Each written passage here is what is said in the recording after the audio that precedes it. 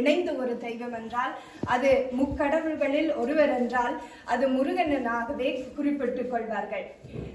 அதாவது போருக்கு செல்வதற்கு முன்னால் வழிபடக்கூடிய ஒரு போர் தெய்வம் கொற்றவை தாயினுடைய மகனாக சித்தரிக்கப்பட்ட ஒரு தெய்வம் என்றால் அது முருகப்பெருமானாகத்தான் இருக்கின்றார்.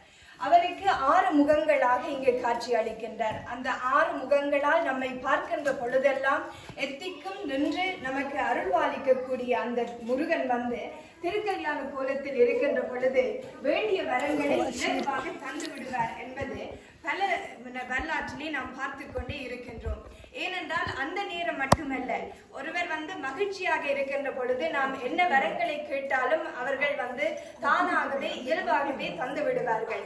ஏனால் மன குளிர்ச்சியில் இருக்கின்ற பொழுது அல்லது ஆக்ரோஷத்தில் இருக்கின்ற பொழுது அந்த வரத்தை சோதித்து தான் தருகின்ற ஒரு தெய்வமாக முருகப்பெருமான் இருக்கின்றார். தந்தைக்கே திருவிளையாடல் புரிந்தவராய் இருக்கின்றார். தந்தை மந்திரத்தை மறந்து போய் நிற்க அதற்காகவே அவரை ஒரு திருத்தலத்துக்கு அழைத்து கொண்டு அதற்கான மந்திரத்தினுடைய உபதேசத்தை தந்த ஒரு முருகப்பெருமானாக நமக்கு காட்சி அளிக்கின்றார். திருச்செங்கோட்டிலே அருணகிரிநாதருக்கு அவர் அருள்பாலித்ததை நாம் அந்த திருத்தலத்திலே காணக்கூடியதாக இருக்கின்றது. சிக்கல் சிங்கார வேலவர் என்கின்ற அவர் சிக்கல்களை தீர்ப்பவராக இருக்கின்றார். அதை போன்று ஆண்டார்குப்பம் என்ற ஒரு சிறிய ஆலயத்திலே அவர் 3 வேடங்களிலே நமக்கு காட்சி அளிக்கின்றார். முதலிலே அவர் ஒரு பால முருகனாக ஒரு பால ரூபத்திலும், மதியத்திலே அவர் ஒரு இளம் தோற்றத்திலேயும், வயது போன கிழவராக அல்லது முதியவராக அவர் அதாவது பின்னேரத்திலேயும் காட்சி அளிக்கின்றார். பழனியிலே நீங்கள் பார்த்து கொண்டால் படியேறி போகின்ற பொழுது உங்களுக்கு வரங்களை தரக்கூடிய ஒரு தெய்வமாக இருக்கின்றார். இப்படி ஆண்டி கோலத்தில் நாம் இருப்பினும் நம்மை ஒரு செழிப்பான ஒரு செல்வந்தர் ஆக்குவதும் அந்த முருகனாக இருக்கின்றார். நமக்கு அந்த ஆணவம் அதிகமாகின்ற பொழுது நம்மை ஆண்டியாக்கிய கூடிய ஒரு தன்மையையும் அந்த முருகப்பெருமான் வைத்திருக்கின்றார். அதனால் தான் பழனியிலே அவர் ஆண்டி கோலத்திலும் இருக்கின்றார், அரச கோலத்திலும் இருக்கின்றார். ஆனால் நமக்கு வேண்டிய வரங்களை அந்த ஆண்டி கோலத்தில் இருக்கின்ற பொழுதுதான் நமக்கு தந்து விடுகின்றார் என்பதும் நாம் வரலாற்றிலே பார்க்கக்கூடிய ஒரு உண்மையாகவே இருக்கின்றது. இப்படி முருகப்பெருமானினுடைய வள்ளி தெய்வானைகள் இரு புறங்களாக அமைந்து கொள்கின்றார்கள். வள்ளியை நாம் வணங்குகின்ற பொழுது எப்பொழுதும் செல்வ செழிப்பை தருபவராக இருக்கின்றார். தமிழர்களுக்கு அதுவும் தாயத்துக்கு நெருங்கிய ஒரு உறவு அந்த வள்ளி அமைக்குத்தான் இருக்கின்றது. என்றால் வள்ளியினுடைய குகை கதிர்காமத்திலே கூட அந்த வள்ளிக்கென்று ஒரு தனி இடம் இருக்கின்றது. திருச்செந்தூருக்கு சென்றால் ஒரு பக்கம் அந்த வள்ளி குகையை உள்ளே சென்று வணங்கக்கூடியதாக இருக்கின்றது. அப்படி நாம் வள்ளியை வணங்குகின்ற பொழுது அவர் செல்வங்களை எல்லாம் அள்ளி தருவார் என்று கூறுவார்கள். நாம் ஞானத்தை மட்டும் வேண்டுகின்றோம் என்றால் அது தெய்வானையினுடைய பக்கமாக நாம் நின்று வணங்க வேண்டும். என்றால் ஞானத்தை தருபவள் தெய்வானையாக இருக்கின்றார். எதுவும் நீங்கள் முருகனிடம் நேரே கேட்க தேவையில்லை. அவர்களுடைய 2 பிராட்டியாரை மட்டுமே நீங்கள் மனதில் நிந்தையில் கொண்டு நினைக்கின்ற பொழுது அவர்கள் இலகுவாக அதை முருகனிடம் எடுத்துச் செல்வார்கள் என்பதும் ஒரு ஐதீகமாக இருக்கின்றது.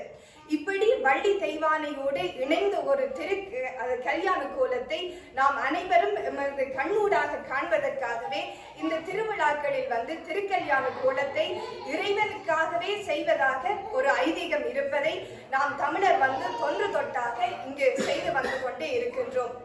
இப்படி ஒரு அருமையான ஒரு முருகன் கோயிலில் இந்த முறை தமிழிலே அர்ச்சனைகள் இருந்து பூஜை முறைகள் வரை அனைத்துமே நிகழ்பெற்றது. அது இந்த திருத்தலத்துக்கு இன்னும் சிறப்பூட்டுவதாக இருக்கின்றது. ஏனென்றால் நீங்கள் முருகன் என்று நினைத்து அவரை அழைத்து ஒரு பூவாவது அவருக்கு இட்டால் கூட அந்த இடத்துக்கு வந்து விடுவார்.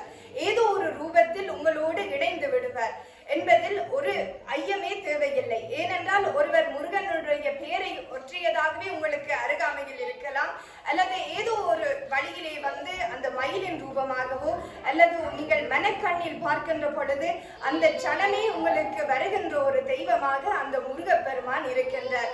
அதுவும் அவருக்கு பிடித்த அந்த மொழி தமிழ் மொழியாகவே இருக்கின்றது. நீங்கள் எந்த மந்திரமோ எந்த இதுவோ தேவையில்லை. அவர்களுடைய திருநாமத்தை நாம் உதிர்க்கின்ற பொழுதே அவர்கள் உங்களுடைய திருநாவிலே அமர்ந்து கொள்வார் என்பதிலும் நமக்கு துளியேதும் நம்பிக்கை இருக்க வேண்டும் என்பதுதான் இந்த அருமையான இந்த திருத்தலத்திலே இந்த தருணத்திலே அனைவரும் பக்தியோடு இணைந்து நமக்கு விளங்குகின்ற முறையிலே வந்து அந்த அர்ச்சகர்கள் அதாவது பூசை செய்தார்கள். அவர்களுக்கும் இந்த நேரத்திலே வாழ்த்துக்களை தெரிவித்துக் கொள்வோம். முருகன் என்கின்ற பொழுது அவருடைய அந்த அழகினுடைய கோலத்தை நாம் இன்று இந்த திருக்கல்யாண கோலத்தினூடாக நாம் மனக்கண்களுக்கு காணக்கூடியதாக இருக்கின்றது. இப்படி இந்த முருகனினுடைய அருள் இந்த ஹம்நகர் பகுதியில் அல்ல, இன்று இந்த ஜெர்மன் நாட்டில் மட்டுமல்ல, கடல் கடந்தும் தமிழர்கள் எங்கெங்கு வாழ்கின்றார்களோ அங்கங்கு எல்லாம் அவர்கள் முதலாவதாக நிறுவிய ஆலயங்கள் முருக ஆலயங்களாகத்தான் இருக்கின்றது. இப்படி முருகன் வந்து எங்கெல்லாம் அதாவது தனது கோபத்தை தணிக்கத்தான் பழனிக்கு சென்றார் அல்லது தமிழ்நாட்டுக்கே வந்தார் என்று கூட கூறுவார்கள். ஆனால் அந்த தமிழை நிலைநாட்டிய ஒரே ஒரு முருகன் அல்லது ஒரு இறைவன் என்றால் அது முருகப்பெருமானாகத்தான் இருக்கின்றார். அந்த வேலை மட்டும் நாம் சிந்தையில் கொண்டால் போதும். அதனுடைய கூரான வடிவத்தை போன்று நமது எண்ணங்கள் எல்லாம் மேல் நோக்கி ஒரு நல்ல ஒரு அதிர்வலைகளை உண்டாக்குகின்ற ஒரு வடிவிலே தான் அந்த வேல் வடிவம் இருக்கின்றது. நமக்கு உணவை தேடக்கூடிய வகையில் வேட்டையாடுகின்ற பொழுது அந்த அம்பினுடைய அந்த கூர்பகுதியும் அந்த வேலை ஒத்திய பகுதியாகத்தான் இருக்கின்றது. நமக்கு ஞானத்தை தருவதற்கும் அந்த முருகப்பெருமான் அந்த வேலைத்தான் தாங்கி இருக்கின்றார். எப்படி துணிந்து நிற்கின்றார் என்று பாருங்கள்.